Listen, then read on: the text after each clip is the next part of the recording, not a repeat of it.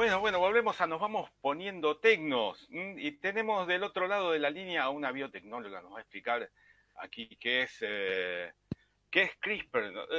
Cada tanto sale una noticia de algún avance impresionante en biotecnología y queda opacada por otra noticia, por un accidente o lo que sea, o cualquier cosa, y nunca terminamos de profundizar en qué es CRISPR.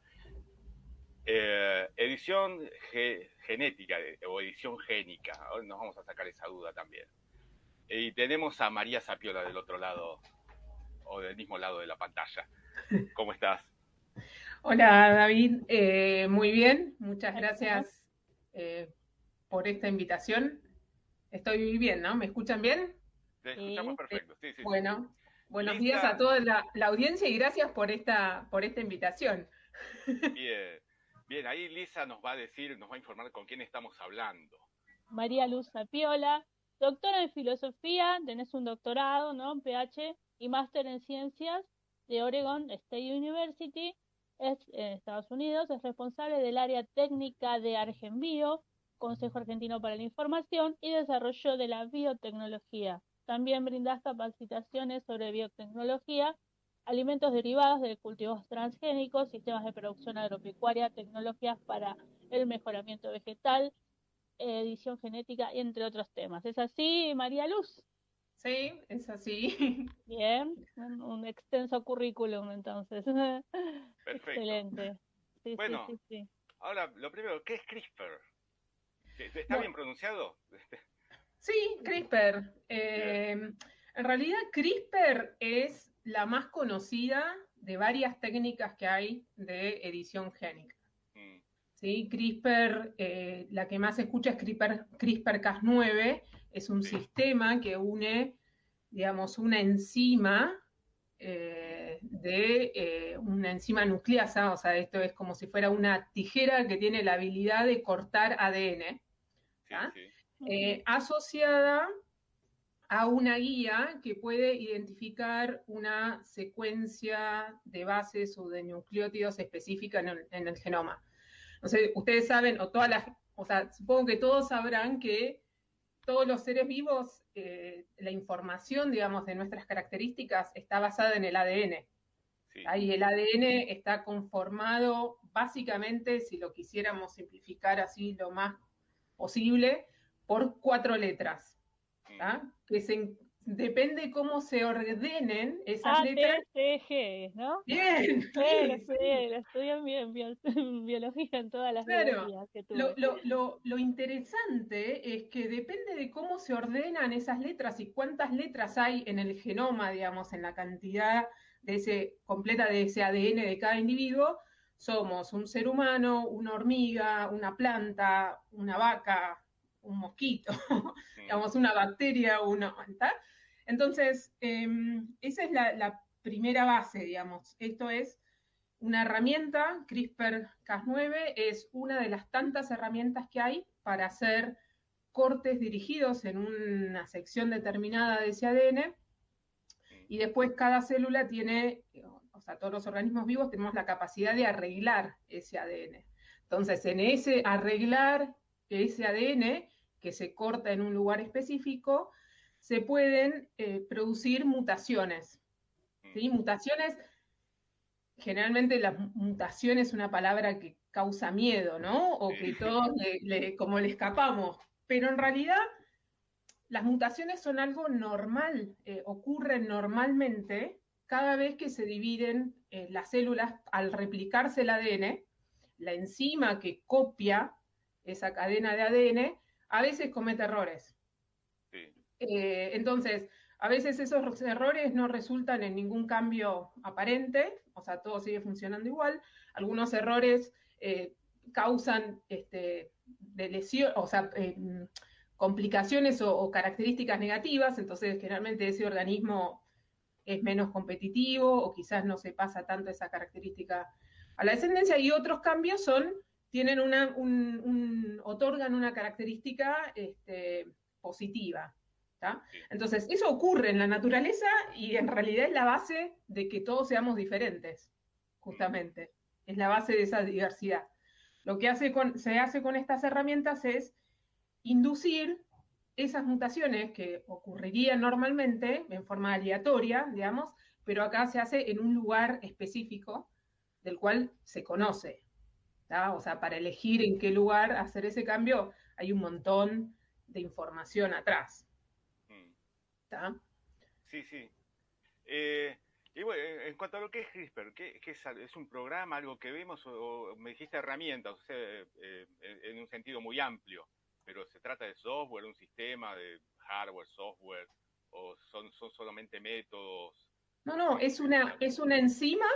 Ah, no sé encima, sí. Una enzima asociada a una secuencia determinada de ADN que cada uno programa. Ah, bien, bien, bien, bien. Entonces, eh, eh, tu campo es el de la agricultura. En esto, ¿en qué ha sido decisivo cómo es el empleo de CRISPR? Bueno, está buenísima tu pregunta. Sí, yo soy ingeniera agrónoma, ingeniera en producción agropecuaria, digamos, de formación de grado.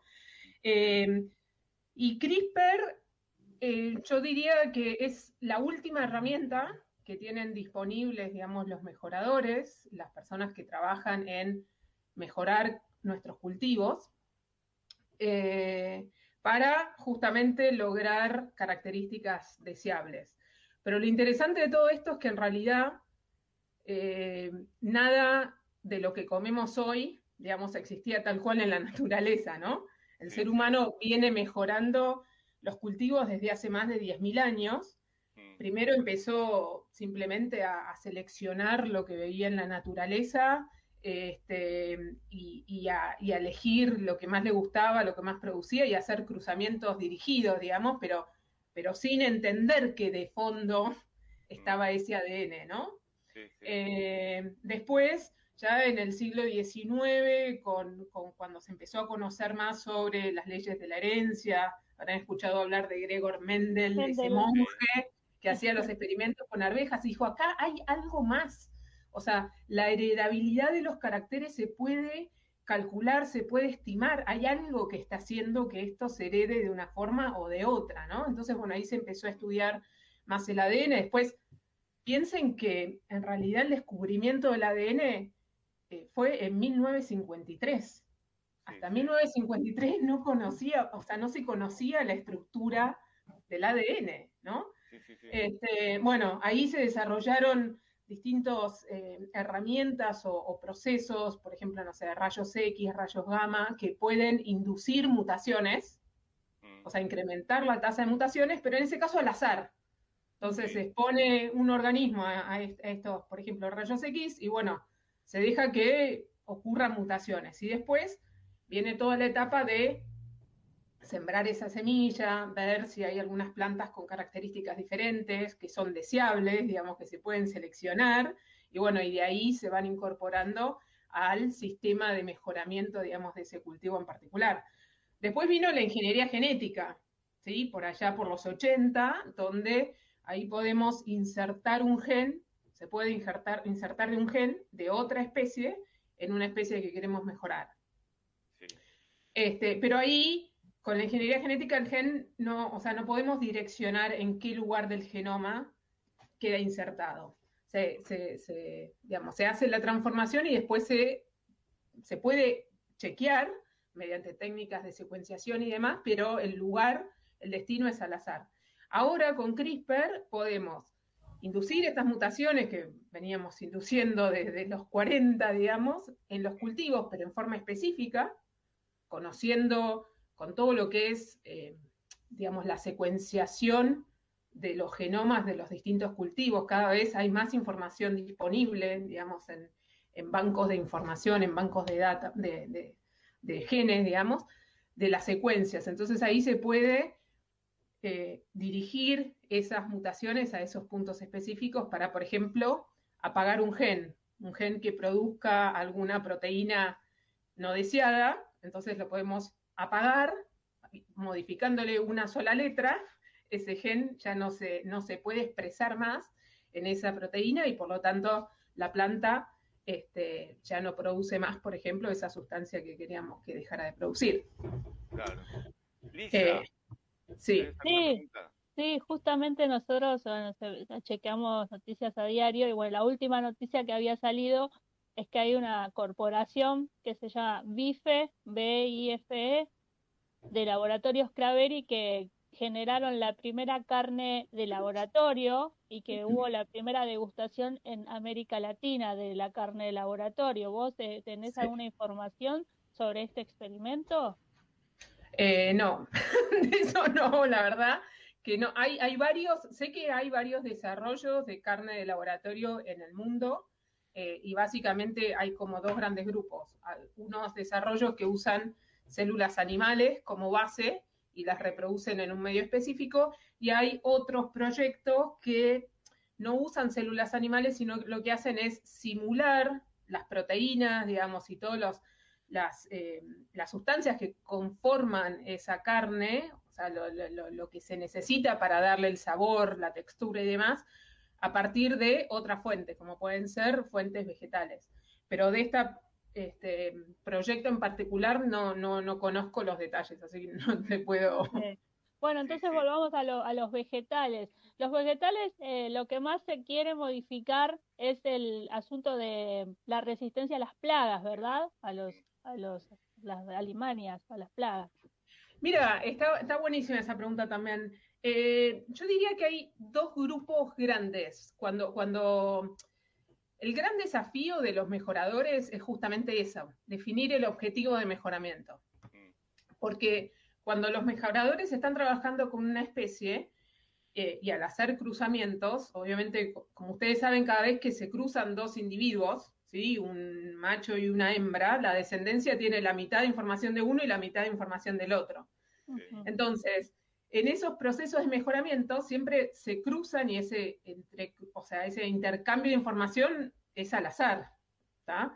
Entonces, no es que se pueden fijar todos los caracteres e ir agregando siempre sobre lo mismo, sino que en cada intento por agregar algo, quizás se pierde algo por el otro lado. Digamos, no se pueden encarar muchos objetivos de mejoramiento a la vez. Sí, hoy en día con ayuda de marcadores moleculares, Mm, eso ayuda mucho a, una vez que se hicieron los cruzamientos, poder identificar cuáles de esas plantas son las que se mantienen en el programa, porque tienen los marcadores, que los marcadores moleculares son como banderitas en ese ADN, que el mejorador sabe y dice, bueno, si esta banderita tengo, por ejemplo, el equivalente de la verde, es un alelo que yo quiero. Si acá tengo un alelo que asociado a una banderita roja, bueno, no, este no me suma. Ujú. ¿Tá? Entonces, con eso se puede hacer como un screening, una evaluación de las plantas obtenidas por cruzamientos y seleccionar de ahí las que se mantienen en el programa de mejoramiento. mm. Entonces me perdí a dónde iba con Sí, todas que las sí, preguntas. como, a ver, Ah, cuáles eran los lo de la... mejoramientos y que, bueno, que se dice popularmente que son modificados para, justamente para evitar, para ser resistente a las plagas. Sí, Y si sí, hay otros, te puedo agregar un poquito más a la pregunta, sí, cuáles serían los otros mejoramientos. sí, sí, por ahí También. iba. Entonces, bárbaro. En ese gran, digamos, diversidad de objetivos de mejoramiento, se pueden armar dos grupos. Uno, los que tienen que ver con las características agronómicas del cultivo, que es para los productores a nivel de estar en el campo, decir, bueno, el ejemplo que ponías recién vos de tolerancia o resistencia a plagas, a insectos plagas. Entonces, bueno, eso hace que el cultivo sea más competitivo y se pueda defender de insectos. También hay desarrollos, objetivos de mejoramiento que tienen que ver con, por ejemplo, tolerancia a enfermedades, a virus, a bacterias. Hay también tolerancia a herbicidas, o sea, eso permite poder aplicar un herbicida sobre el cultivo que antes lo hubiera matado para controlar a las malezas que también compiten por ese rendimiento y calidad en los cultivos. Hay, por ejemplo, características que tienen que ver con tolerancia a sequía o tolerancia al calor. Por ejemplo, hay una lechuga que se está desarrollando por edición génica que tolera las temperaturas un poco más elevadas durante la germinación, que normalmente la afectan. Entonces, todos esos pertenecen al grupo de características que tiene que ver con las características agronómicas, ¿no? También, por ejemplo, protección contra enfermedades en cítricos, en banana. Hay un proyecto muy grande de edición génica para hacer la banana resistente a un virus que está amenazando la producción mundial de banana. Y después, por otro lado, está el gran grupo que tiene que ver con las características más de calidad de ese producto final. Entonces ahí se encuentran, por ejemplo, la de modificación en la concentración de aceites o en calidad de aceites. Hay un ejemplo ya comercial, y este es desarrollado por Edición Génica en Estados Unidos, de una soja con alto contenido de ácido oleico. Hay un ejemplo de un desarrollo argentino del INTA de Balcarce, de una papa editada genéticamente, donde se apagó, digamos, por edición génica, se apagó el gen de la polifenol oxidasa, que es el gen que hace que la papa se pone negra. No, que se ponga negra. ¿Viste cuando cortás la papa y la dejás ahí y se empieza a poner fea? Oxida, digamos. Oxida. Sí. Entonces, en esta papa apagaron ese gen, y entonces ahora podés dejar la papa cortada arriba de la mesada por 10 horas, 12 horas, excelente. 18 horas, y te queda blanquita. Entonces eso es una ventaja para el consumidor, y también es una ventaja muy importante para la industria, porque reduce lo que es el desperdicio de alimentos a un nivel importante. Después hay, por ejemplo, desarrollos de trigo aptos para celíacos, ¿sí? Con menos gluten. Hay desarrollos en Brasil de porotos más digeribles. O sea, pero básicamente esos son los dos grandes grupos, digamos. Uno, lo que tiene que ver con mejoramiento de las características agronómicas en cuanto a nivel de producción, digamos, en el campo, en las plantaciones y demás. Y la otra que tiene que ver con ya características de calidad de ese producto final. Ahora, estos, como estamos viendo, son desarrollos que nos pueden parecer curiosos, aprovechables, muy buenos, pero también plantea de fondo todo o sea, todo el tema de las patentes, de la economía, de desarrollo estratégico que estamos viendo con las vacunas ahora, por ejemplo, de que debe haber todo un tema muy denso con el tema de las patentes y quién lo descubre primero, ¿se colabora eso o ahí hay conflictos? ¿Cómo es eso con respecto a las patentes? Está buenísima la pregunta. Primero, con respecto a las patentes, ahí no es mi especialidad, pero sí les puedo decir que depende eso país a país. En Argentina, o sea, las plantas en general no se patentan. Sí, hay distintos grupos, pero como yo les dije, hay distintas herramientas de edición génica, ¿sí? Entonces, hay distintos grupos en el mundo que tienen distintas patentes, hay muchos consorcios de cooperación. Generalmente, si uno lo quiere usar para uso, para probar un concepto o desarrollar un producto, lo podés usar sin tener que pagar nada, y después si llega a salir algo exitoso, dependiendo de dónde sea, y de vuelta, no es mi especialidad, puede tener que pagar el desarrollador un pequeño canon por esa técnica. Pero en general, diría que las herramientas de edición génica son accesibles. Justamente una de las características que se dice que tiene esta técnica es que le permite el acceso a tanto empresas, o sea, startups, como instituciones públicas, como universidades, como también grandes empresas. Sí. Y después, con respecto a lo que se produce, en general, para todo lo que es mejoramientos de cultivos en el mundo, históricamente hay cooperación, hay protocolos de intercambio de germoplasma. El germoplasma es toda esa base genética que yo les decía antes, de todos esos genes, ¿no?, que están y que se conocen y que están combinados de una determinada manera.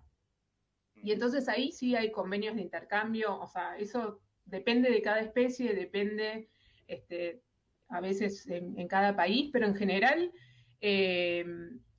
diría que es bastante abierto. Y después, bueno, en Argentina en particular, cualquier variedad nueva que se produzca, ya sea por mejoramiento convencional, por transgénesis o por edición génica, debe ser inscrita en el Registro Nacional de Variedades. O sea, que eso lo lleva el INASE, pero son como digamos, esa es condición sine qua non para que la variedad pueda ser comercializada. Bien. Lisa, ¿alguna pregunta? Sí, la última, ¿no? Ya estaríamos Sí, ya nos sobre estamos el yendo, horario que caramba.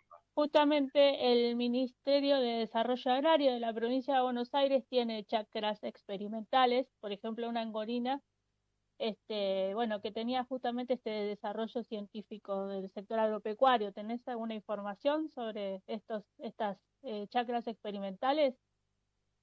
No, la verdad que de eso no sé qué, no tengo presente qué es lo que están haciendo, no tengo presente ese proyecto en particular. Bien, buenísimo. Ah, bien. Bueno, Sí, a ver, nos queda un ratito.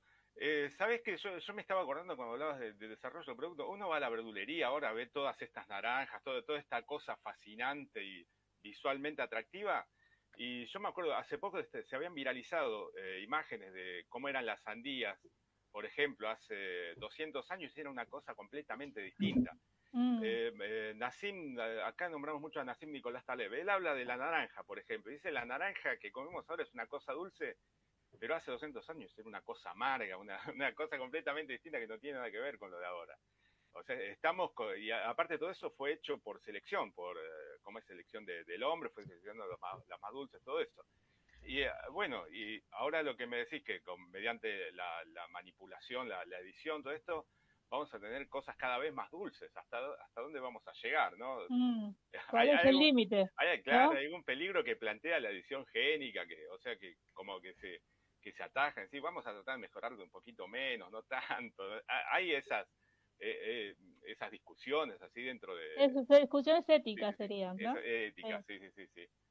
Sí, está buenísima la pregunta. Siempre hay que poner las cosas en contexto, ¿no? Esto no es que sea eh, soplar y hacer botellas. Ah, no, sí. Lograr un mejoramiento a través de cualquier técnica de mejoramiento, incluso a través de edición génica, lleva un desarrollo y lleva conocimiento y necesidad de saber y conocer los genes y demás. Entonces no es que, bueno, pruebo y voy haciendo, sino que generalmente cuando se encara un proyecto, o sea, un proyecto de este tipo, se centra en una necesidad Sí. concreta. Entonces, por ejemplo, lo que hablábamos antes de mucho de lo que tiene que ver con resistencia a enfermedades es importante porque hay muchas enfermedades que son difíciles de controlar o que si no necesitaríamos usar, digamos, determinados fungicidas o quizás no hay un producto eficaz para controlarla.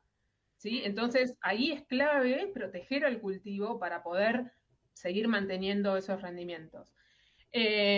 Con respecto a las características de calidad, van más enfocadas por lo que veo que hay, digamos, en desarrollo, hay mucho enfocado en calidad de aceites y composición de aceites, por ejemplo, producción de aceites omega 3, incluso en vegetales. Va también relacionado a reducir o eliminar, por ejemplo, sustancias que son alergénicos, por ejemplo, en soja, en maní, bueno, el trigo sin gluten, o sea, van por ese lado, apuntando a apagar o hacer más saludable, digamos, y más seguro lo que comemos normalmente. Entonces yo diría que ahí están enfocadas esas, porque si ya tenés una naranja suficientemente dulce, no tiene sentido que inviertas más Claro, en, sí, sí. en la super naranja, ¿no? Sí, sí. Otra cosa que me pareció genial lo que dijiste de vamos a la verdulería hoy y vemos todos las frutas y verduras, ¿no? Interesante que todos estos desarrollos que estamos hablando de edición génica, todavía hoy en Argentina no tenemos nada, digamos, en la verdulería que sea resultado de esta edición génica. La papa, que les contaba antes, posiblemente esté Experimental, ¿no? cerca. Claro. No, ya está desarrollada.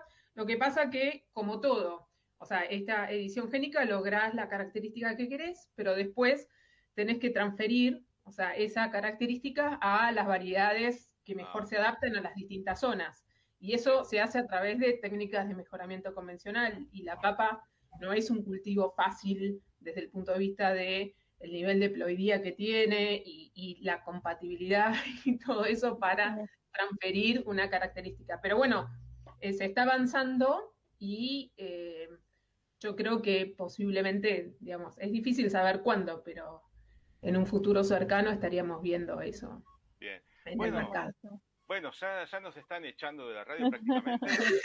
Ya aparece la gente de limpieza. Y, Nos te limpia los pies. agradecemos muchísimo, Mariano Sapiola, por esta conversación sobre edición genética.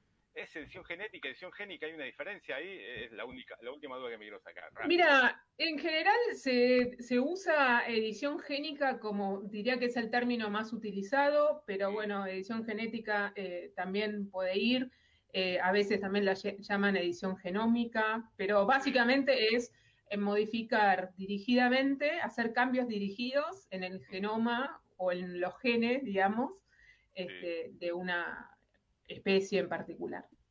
Bueno, ahora sí, María Luz Sapiola, te agradecemos muchísimo por habernos enseñado y habernos informado de lo que está pasando en tecnología. Aquí pareciera que todo fuera computadora, internet y telefonitos, y es también nuestra agricultura, lo que comemos, sí. se cultiva en el campo.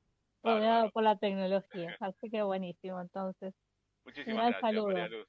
Bueno, muchas gracias a ustedes. Bien. Saludos, y bueno, saludos. nosotros nos vamos ahora, nos tomamos unas vacaciones de una semana, un sábado que no vamos a estar y nos vemos en agosto ya. Ya nos vemos en agosto. Bueno. Así que bueno, Así hasta luego. Hasta luego, nos vemos. Chau, chau.